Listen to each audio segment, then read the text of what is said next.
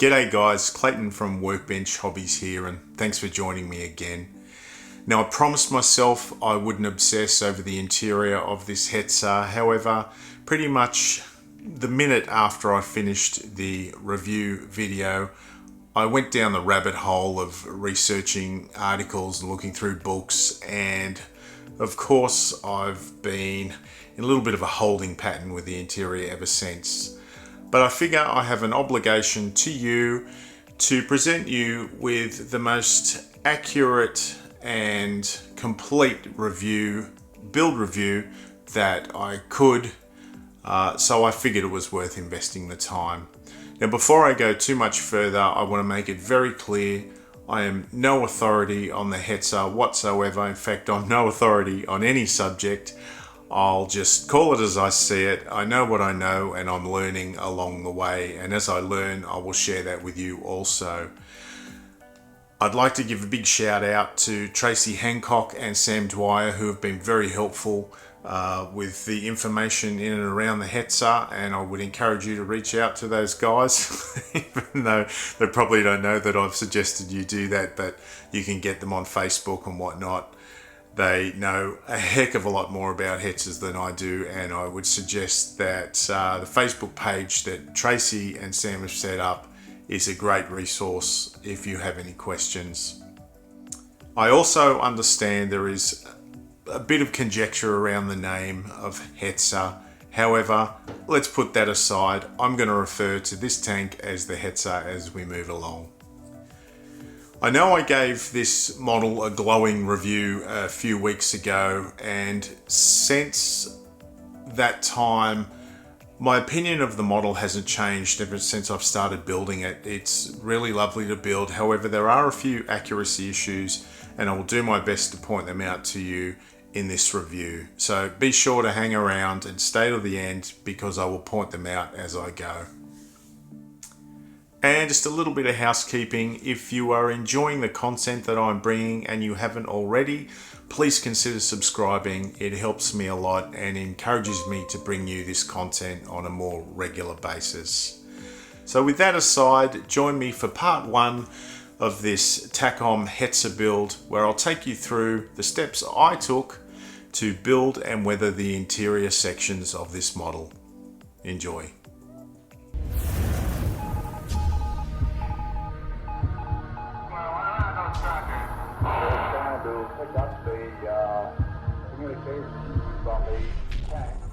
A successful model is always about planning, and that has never been more important than with a kit like this.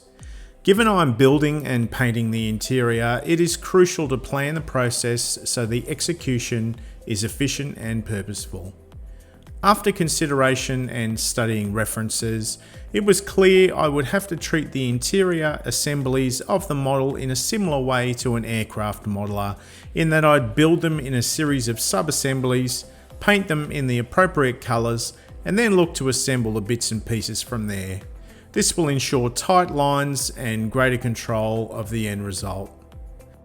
A lot of the parts are very small and fine, so rather than show me fluffing around on screen with the assemblies, I'll run through a summary of the build as I progress and highlight some of the key assemblies.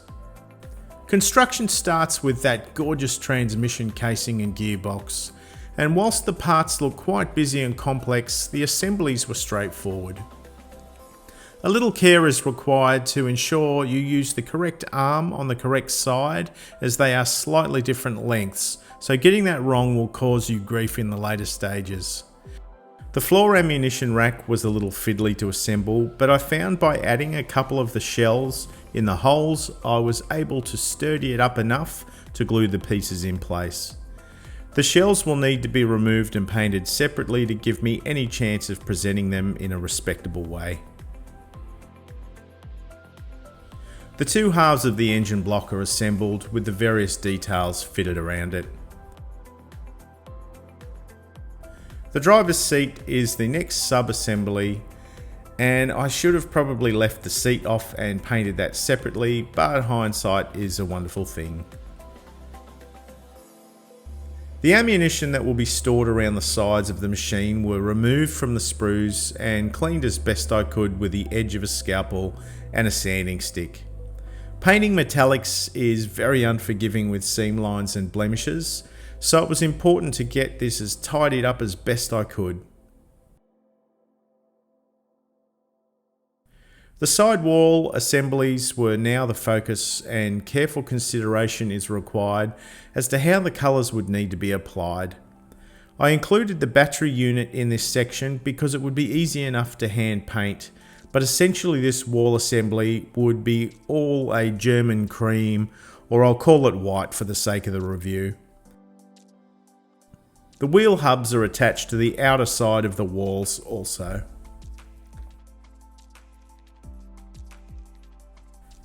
The right hand wall receives the same treatment and is set aside for paint.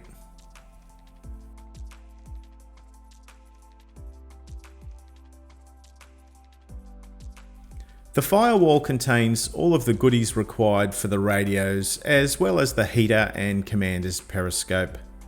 Everything that would be the white colour was fitted and the other elements were set aside for painting. The radiator is a simple assembly and joins the pile waiting for paint. The main armament for the Hetzer was the Pak 39, and whilst it was only a 75mm gun, it was powerful enough to handle just about any tank the Allies could throw at it. The assembly is a model in itself and will require some patience to piece it all together. In saying that, the fit was good and the instructions were easy enough to follow. Some of the pieces are rather fine though, so take care when removing them from the sprues, and take care removing the seams and those connection points.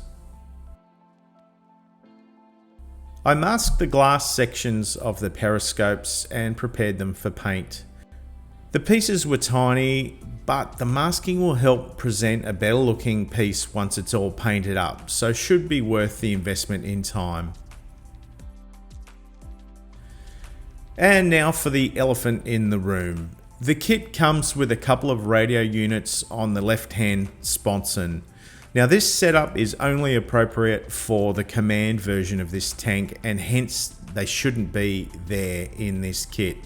Or at least if they were to be there, you would require a mounting bracket and a star antenna for the exterior of the vehicle, and you'd also have to find an alternative scheme if you wanted to include that detail on your model.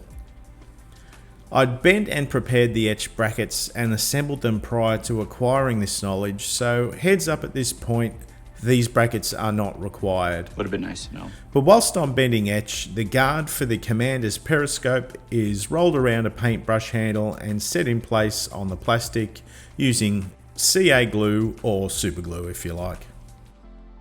Finally, it was time to paint, and painting is where I find the most joy in the process of modelling.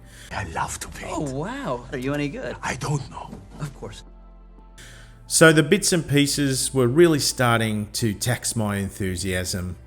As I mentioned earlier, the successful execution of this build was always going to be about planning. I identified the different colours and arranged the parts in the appropriate colours and set them aside for their turn to hit the spray booth. Again, I'll reiterate, the colours I've chosen are the best guess I could make with the information I had at the time, so if you have alternative information around the colours, then I'd encourage you to follow your own path. The transmission assembly is painted using SMS aluminium. I love this paint because it's so hard wearing and the aluminium finish looks really authentic. Whilst the aluminium was in the airbrush, the periscopes I masked earlier received their first coat.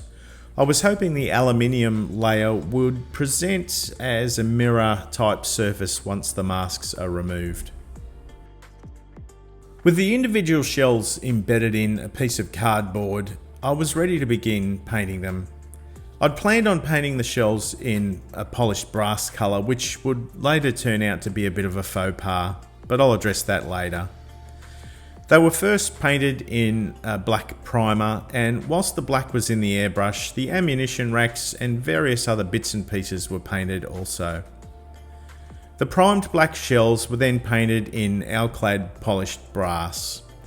And it was here I'd like to say I was made aware that the shells would have most likely have been made from steel and not brass, and I could address it at this point, but I can't. I wish I knew. By the time I'd found out that they shouldn't be brass, I'd gone too far to change them.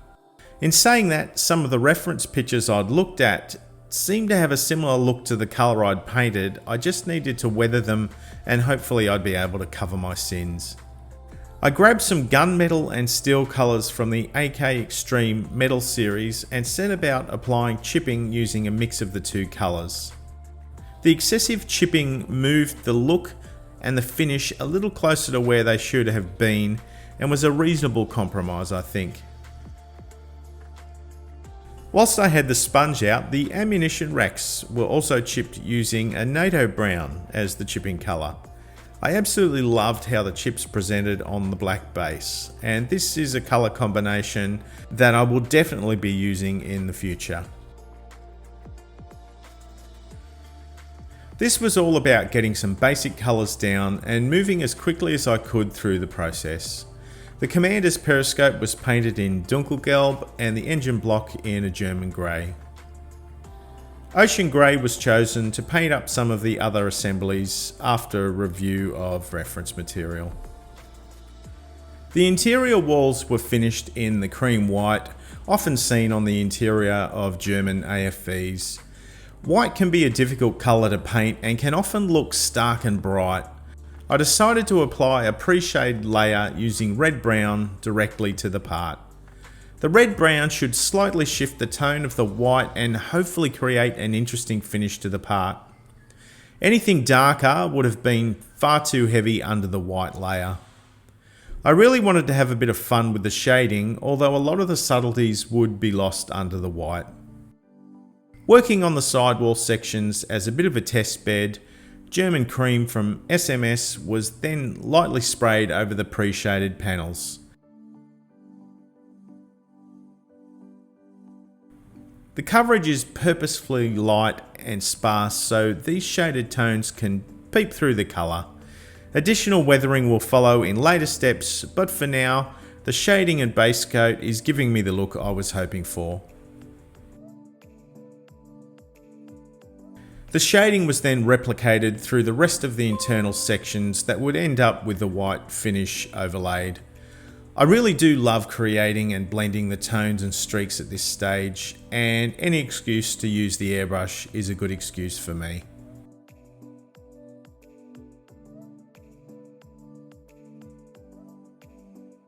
The floor of the fighting compartment was a medium grey colour, so a basic mask was applied and the colour was set in place. The floor section of the engine was an oxide primer. I didn't have the paint colour, so I eyeballed a mix of cream, hull red, and although it's not shown in the video, some red was added to get the colour to somewhere in the range I was looking for.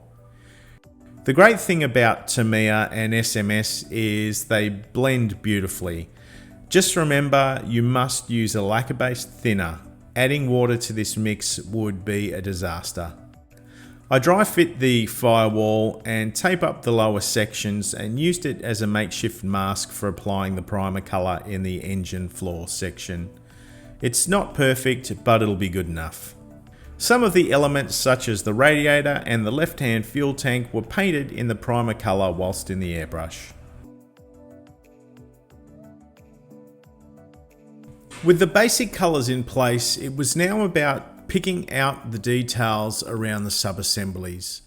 Red leather was used for the seat cushions, although I've seen these represented as black leather also. The air filters were painted in a blue-grey colour. This was an element I really struggled to get a decent understanding of the colour they should be. I've seen them presented as dark yellow, grey, blue, and even black, so I ended up with a blue-grey colour to add a different colour into the mix, whether that be right or wrong. The gun breech was next up, and a few minor details were selectively picked out with a fine brush. Aluminium from the Ammo line of acrylics is a great paint to represent a silver finish. It was also used to pick out details around the engine block and transmission.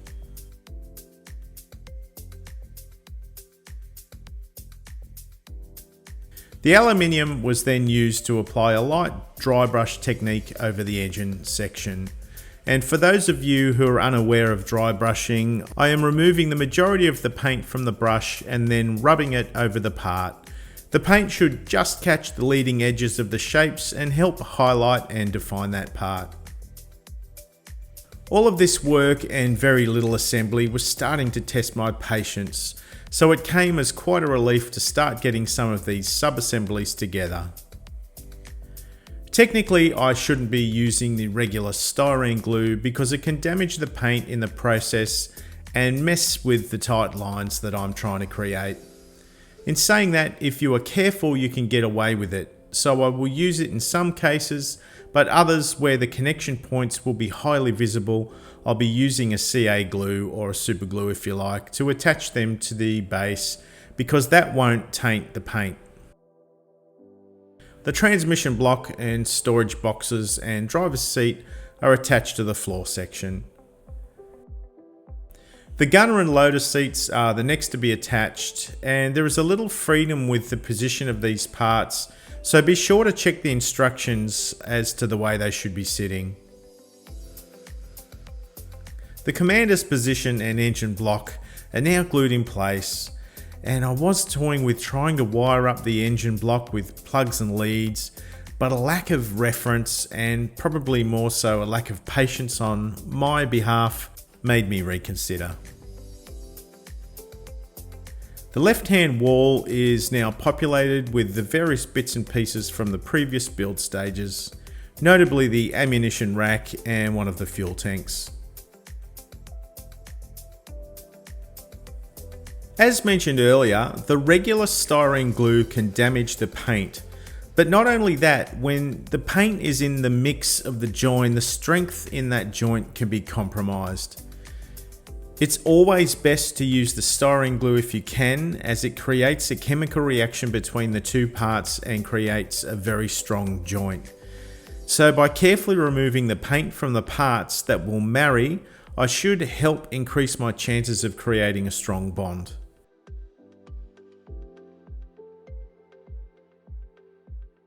With the side sections attached to the floor, I had one last opportunity to add some shading to the surfaces. A heavily thin mix of black and red brown with isopropyl alcohol was focused around recessed edges and details. This helps create further depth in these areas and will work nicely with the washes that will follow in subsequent steps. Now to the part I was dreading a little, and that was the firewall, but mainly the detailing of the radio bay. Details like this always present better when you add a little visual noise to the equation, and that was done using lead wiring. Dipping the lead wiring into the blackening agent removed that bright lead finish and will allow the parts to hold the paint better. Small holes were drilled in some of the parts to make attaching the wire easier.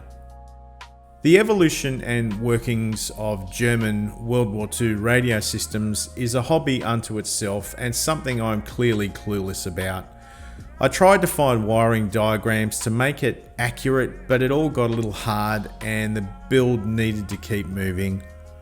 The wiring was only there to help create an added layer of detail in the model and is not even remotely close to being accurate, so please take it for what it's worth.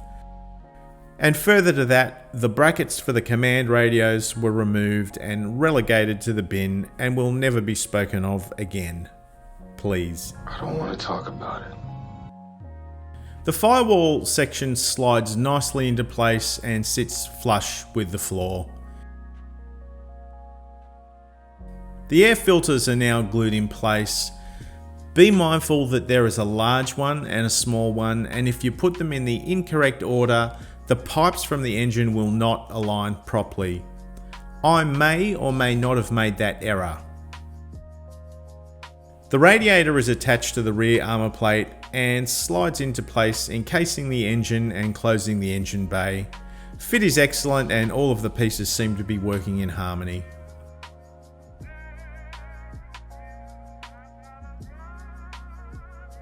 Moving to the top side of the tank, and the bits and pieces are attached to the inside faces. Fitting the periscopes gave me some resistance, and I found attaching the armoured visor on the front side helped me determine the correct position for them to sit. I will say though, with the masks removed and the pre-painting that I'd done earlier, they worked even better than I'd hoped.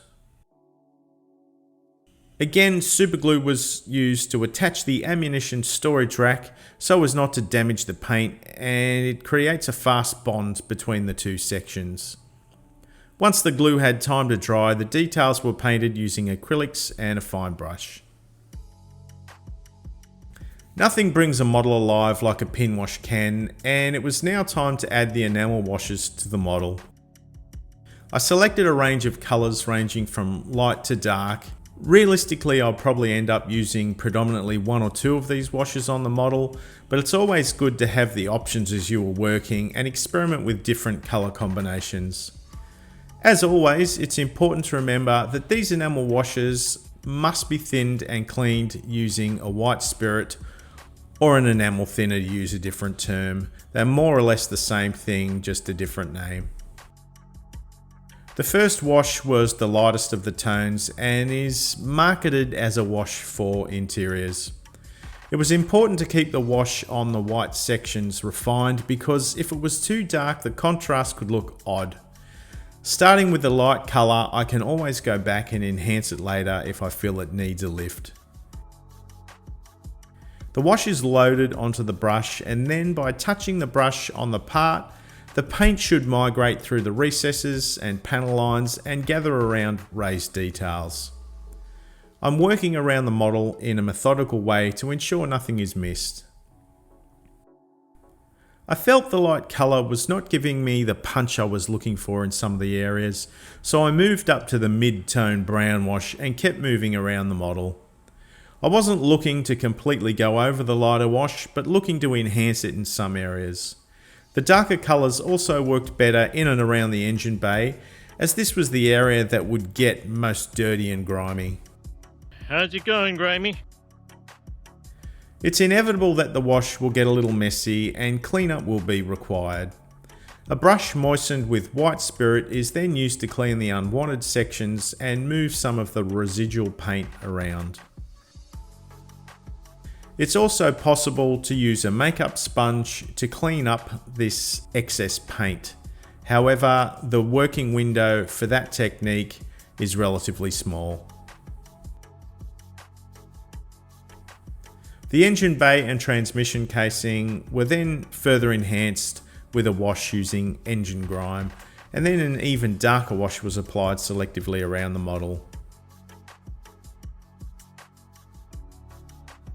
Finally, a wash developed to work on a Panzer grey, which is essentially a darkish brown grey wash, was washed through the radio stack and on the inside corners of the fighting compartment.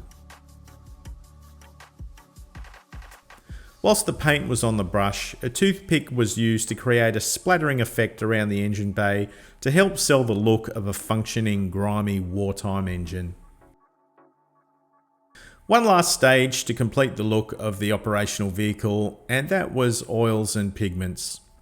I used this technique on the Panzer II build from a few weeks ago, so I would encourage you to have a look if you haven't seen it, but essentially I used shadow brown and a dust coloured oil paint to set the foundations. The dark oils are focused around the edges and corners of the floor of the fighting compartment, and the dust tones are used more towards the centre of the panels.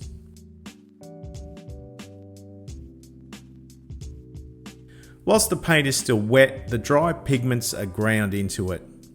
I used a mix of Russian earth and a light dust, and the wet oil paint will act as a binder for the pigment, and once dry, hold it all in place.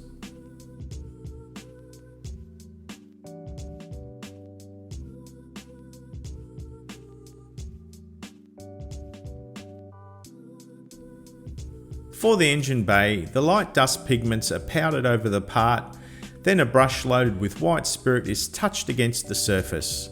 This floods the parts with the white spirit and once dry, will allow the pigments to settle around the part, giving me a realistic dusty finish.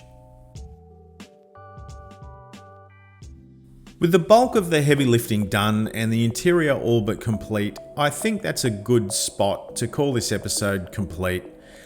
It's been a while since I've tackled a full interior kit, and I have to admit I forgot how taxing they can be. In saying that, it's only as taxing as you allow it to be, and it's really going to come down to how you are intending to display your model. If you were closing it up, possibly don't bother building it at all. If you're planning on a couple of open hatches here and there, then be mindful of what you'll actually see and focus on those areas. I promised myself not to get too caught up with the interior, but given I'm trying to create something meaningful for you all to reference, I tried as best I could to deliver something of value. For those of you who are so inclined, there is so much scope for additional work. Accurate wiring with the radios and the engines, as well as stencils and details around the interior. This really is the tip of the iceberg and probably the bare minimum I could have done. I was planning on sealing the model and preparing for paint, but now looking at all that work, I'm having second thoughts and assessing my display options.